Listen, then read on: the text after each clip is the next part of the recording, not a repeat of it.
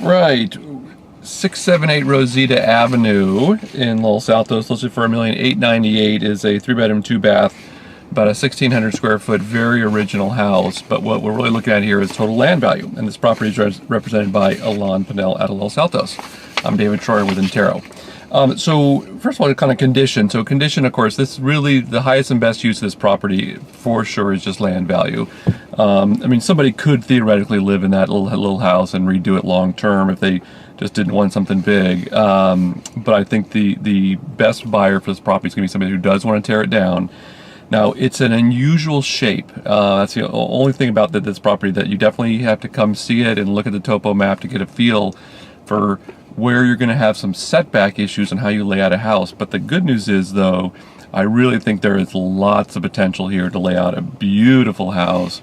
Good orientation towards the southeast for sun. So you're going to, and there's really no major tree issue at all. The only big oak tree is actually in this little sliver part that needs to be left there anyways for the driveway. So I think from a building standpoint, this is an absolute, I think an A, because if you don't mind, it's down a little lane that has one house behind it.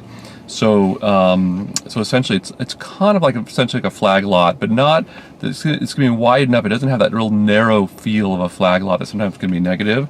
And then they own a very wide strip of, if you will, the flag pole. It's not owned by the neighbor behind them. This is the middle house on this little lane.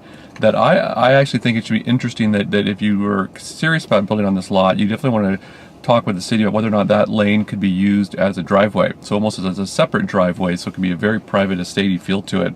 But very unusual. Now remember, again, when you have a flag lot, a lot of times that driveway, part of the flag pole, if you will, is used in the overall square footage of over 20,000 square feet. But the actual, when the city gives you permission to build, they're going to make just the rectangle part, if you will, not the pole part of the driveway, as your number when they calculate how much floor area ratio you can use. So remember, of course, you're not going to be able to build the same amount of regular rectangle 20,000 lot. This is probably closer to 17,000, maybe 17,005. But remember, in Los Altos, that is gigantic. So this is a fantastic opportunity. Now you are, I think we're about 2 houses in from Springer, but I didn't catch any noise.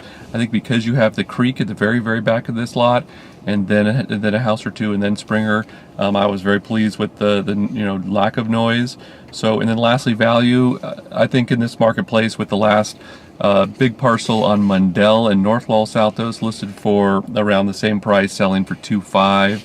Closing in about a week or two ago. Clearly this is going to sell in that 10+% over asking. It's very difficult now to get your hands on these large parcels that are left over in Los Altos.